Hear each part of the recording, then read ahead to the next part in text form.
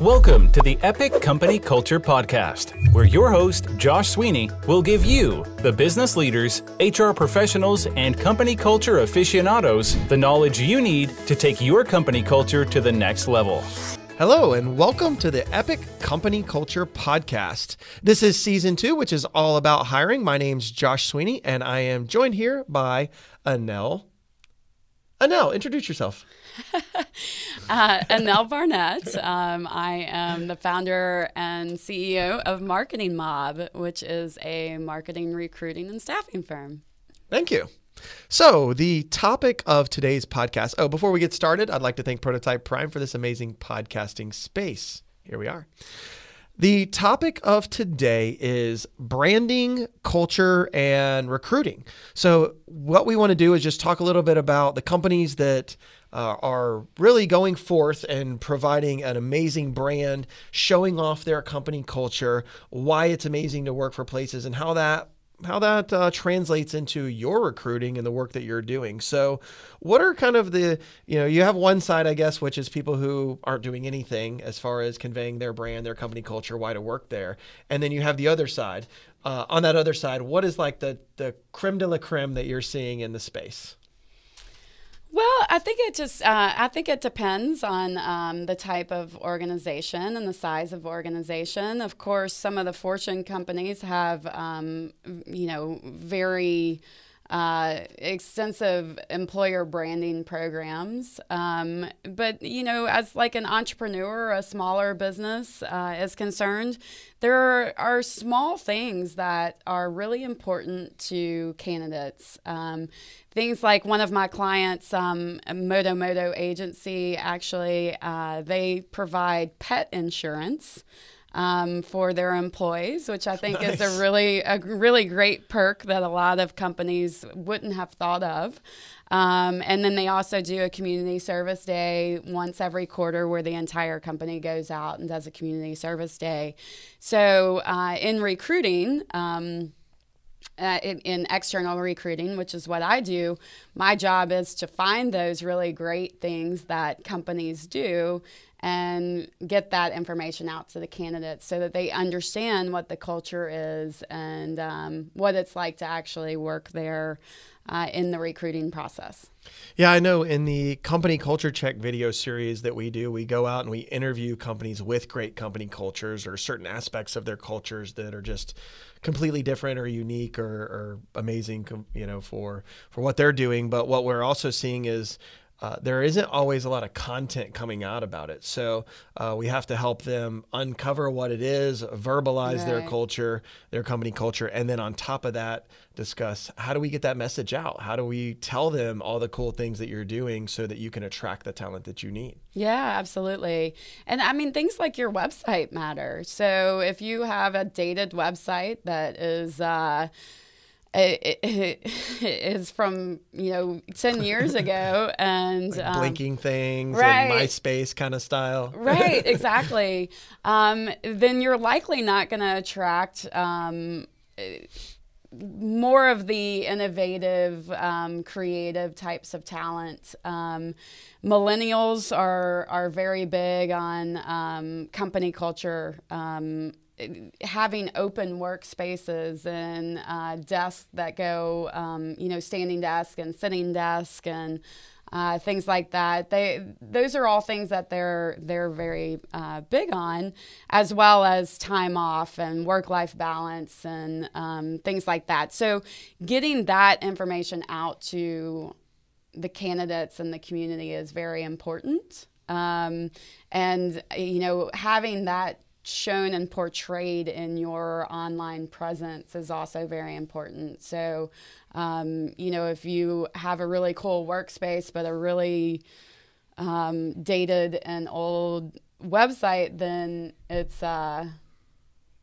just, they just don't align. Yeah, you're not conveying the message. Right. Yeah. It's all about communicating company culture, right. Getting it out there. And if your website doesn't represent it, then nobody will ever see your cool workspace. Yeah. Because they won't, the people who are attracted to the cool workspaces won't even get past the website in order to come interview with you. All right, so I'm going to bring us back to what you said earlier around the pet policies and pet insurance, right? Uh-huh. Okay, so we were shooting a company culture check video over at Payscape the other day.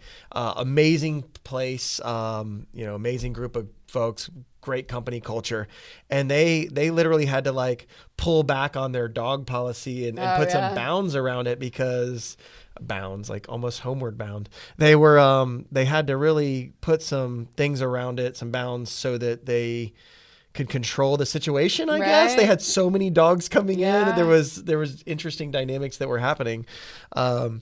So I think that's one thing that they communicate, though. They're using the dogs and the photos to find dog lovers that also are in fintech and, might like working for the company, and they're able to leverage that. And we all know that dogs and cats and stuff on Instagram are big hits. So what are some other things that you might have seen or, in conjunction with, pet policies and insurance that people have posted out on social media as a benefit to working for that company in order to attract candidates? Yeah, well, I think that's the key, actually, is that companies do have really interesting, cool things that they're doing for their employees, but they aren't necessarily communicating it out into the world. So making sure that you actually capture this by video and post it online, both social and on your website. And get the word out that these things actually exist in your company.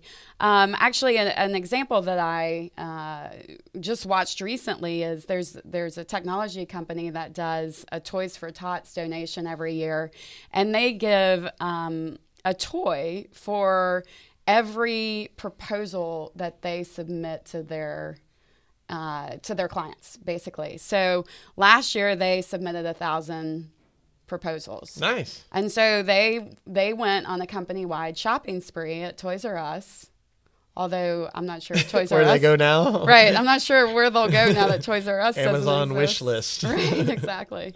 So anyway, they did a shopping spree at Toys R Us where the employees picked out the toys for the kids, and they brought in Toys for Tots, and the Marines were part of it, and they videotaped every bit of this, and they showed the different employees picking out the different toys and why they wanted to pick out these toys and things like that. So I think that's a very good representation of that company's culture. They're concerned about the community.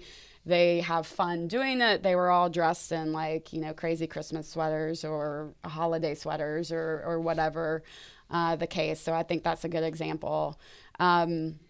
This same company actually has done a bike drive. So they went out and bought bikes for kids, and they spent a day putting the bikes together. So and gave those out for the holidays. So I think and videotaped that, of course, and promoted that. So I think those are good ways to really get your company culture out there without saying, "Hey, we're cool."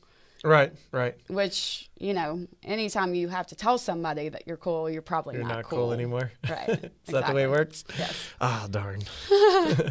Yeah, I love the idea because when you look at, I love the idea of being able to socialize and convey the message around what you're doing and how you're giving back. And every study that's come out is that's getting more and more important. You had Generation X, then you have millennials, and now we're starting to move into Generation Z, where that purpose is of paramount importance, right? They can work for a company that, creates a great job for them and is a great place to work, or they can, with the challenge for talent and the fight for talent, nowadays they can work for a company that's just as good, but also that gives back and has a purpose and makes them feel good in working for the company. But you got to let them know that that's a program and socialize it to get those candidates in. Yeah, for sure. And more I'm hearing from candidates that the purpose of the company and that they feel like they're doing good when they go to work is very important to them. And that's what they're looking for in their, next organization. And if that's a missing element, then a lot of times they'll pass up on the opportunity, especially the passive candidates that I've been that we've talked about in several of the other podcasts. Because the passive candidates, they're already at a position that they're perfectly happy at, and so if you don't have something exciting to offer them about your culture and about how you give back to the community, then they probably aren't going to make the move.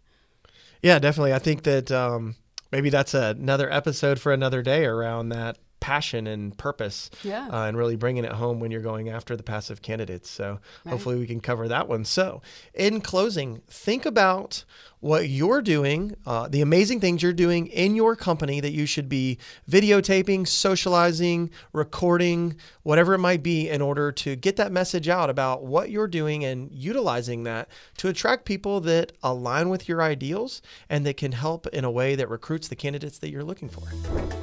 Thank you for tuning in to today's episode of the Epic Company Culture Podcast with Josh Sweeney. If you enjoyed this content, please subscribe on iTunes, SoundCloud, or Stitcher. For additional content and transcripts, visit epicculture.co. If you have questions or topics you would like us to address or expand on, tweet us at epicculture1 or email at podcast@epicculture.co.